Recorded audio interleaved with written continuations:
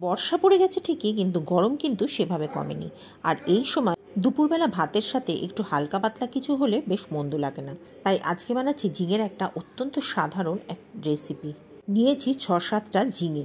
ঝিঙেগুলোকে আমি প্রথমেই খোসা ছাড়িয়ে নিচ্ছি। ঝিঙেগুলো খোসা ছাড়িয়ে নিয়ে তারপর এগুলোকে মাঝখান থেকে দুফালি করে নিয়ে তারপরে এটাকে বড় বড় টুকরো করে কেটে নিচ্ছি। ঝিঙের টুকরোগুলোকে আমি মোটামুটি 2 ইঞ্চি সাইজ করে কেটে নিয়েছি। এবারে কড়াইতে গরম করে নিয়েছি 2 টেবিল চামচ মতো সর্ষের তেল। সর্ষের তেলটা বেশ ভালো করে গরম হয়ে যাওয়ার পর তারপরে এর মধ্যে দিয়েছি কালো জিরে ফোড়ন। কালো জিরে ফোড়নটা দিয়ে বেশ একটু ভালো করে ভেজে নিয়েছি। কালো জিরে ফোড়নের সুন্দর গন্ধ বেরোনোর পর তারপর এর মধ্যে দিয়ে দেবো কেটে রাখা ঝিঙেগুলো। দেখুন ঝিঙেগুলো আমি 2 ইঞ্চি টুকরো করে কেটেছি। এখন দেখিয়ে দিচ্ছি কীরকমভাবে কেটেছি। ঝিঙে কাটার ভিডিওর কিছুটা অংশ কোনোভাবে ডিলিট হয়ে গেছিলো, তাই দেখাতে পারিনি। এবারে ঝিঙেগুলোকে দিয়ে দিচ্ছি কড়াইয়ের মধ্যে। ঝিঙেগুলোকে দিয়ে আগুনটা কমিয়ে দিয়েছি। তারপরে এইবার ঝিঙেগুলোকে একটু নাড়াচাড়া করে ভেজে নিচ্ছি। ঝিঙে সিদ্ধ হতে খুব বেশি সময় লাগে না, আর ঝিঙে যেহেতু জলীয় সবজি সেই জন্য ঝিঙে থেকে প্রচুর পরিমাণে জল বের হয়। ঝিঙেটাকে একটু নাড়াচাড়া করে নিয়েছি। এবার এর মধ্যে দিয়ে দিচ্ছি 1 চামচের 4 ভাগের 1 ভাগ হলুদ গুঁড়ো আর আধ চামচ মতো নুন। নুনটা খুব একটা বেশি দিচ্ছি না, কারণ শুধু ঝিঙে দিয়ে যেহেতু বানাচ্ছি খুব বেশি নুন দিলে এটা নোনতা হয়ে যাবে, সেই জন্য আমি নুনটা অল্পই দিচ্ছি। এবার নুন আর হলুদটা দিয়ে ঝিঙেটাকে বেশ ভালো করে নাড়াচাড়া করে ভেজে নেব। ঝিঙেটা দিয়ে মিনিট খানেক নাড়াচাড়া করে নিলেই চলবে। ঝিঙেটা যেহেতু একটু বড় বড় করে কেটেছি তাই জন্য গলতে একটু সময় লাগবে। ঝিঙেটা ভালো করে ভাজা হতে থাক, ততক্ষণ তৈরি করে নেব একটা মশলা।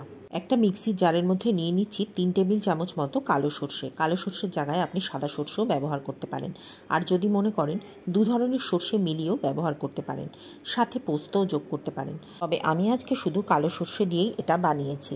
সর্ষের সাথে পোস্তর কম্বিনেশনটা কিন্তু বেশ ভালো লাগে। এবারে এর মধ্যে দিয়ে দেব 1 চামচ মতো নুন আর সাথে দেব 2টো কাঁচা লঙ্কা। আপনি যেরকম ঝাল খান সেই অনুযায়ী কাঁচা লঙ্কার পরিমাণটা কমিয়ে অথবা বাড়িয়ে নেবেন। যেহেতু ঝিঙেটা ভাজার সময়ও আমি বেশ কিছুটা নুন দিয়েছি, সেই জন্য এইখানে সর্ষে বাটার সময় নুনের পরিমাণটা কিন্তু খেয়াল রেখে তবেই নুনটা দিতে হবে। এদিকে দেখুন ঝিঙে থেকে বেশ জল ছাড়তে শুরু করেছে। সর্ষের পেস্টটা ভালো করে তৈরি হয়ে গেলে তারপর সর্ষের পেস্টটা দিয়ে দিচ্ছি ঝিঙের মধ্যে। মিক্সির বাটিতে অনেকটাই সর্ষে বাটা লেগেছিল, সেই জন্য মিক্সির বাটির মধ্যে জল দিয়ে মিক্সির বাটিটা ধুয়ে সেই জলটাও এর মধ্যে আমি একসাথেই দিয়ে দিচ্ছি। আজকের রেসিপিটা একদমই সাদামাটা, তবে গরম ভাতের সাথে এই ঝিঙে রেসিপিটা খেতে দারুণ লাগে।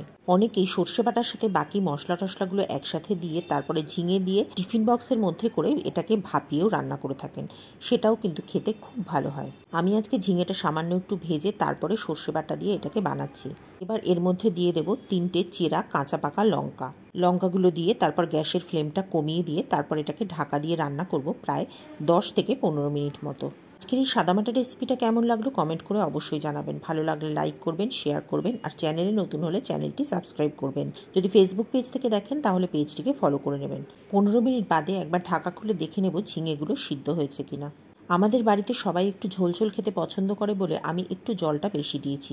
তবে আপনার বাড়িতে যেরকম খায় সেইভাবে আপনি তরকারিটা ঘন করে নেবেন। যদি মনে হয় তাহলে তরকারিটা বেশ একটু মাখা মাখা করেও তৈরি করতে পারেন। ঝিঙেগুলো একদম সেদ্ধ হয়ে গেছে। এবার এগুলোকে ঢেলে নেব একটা পাত্রের মধ্যে।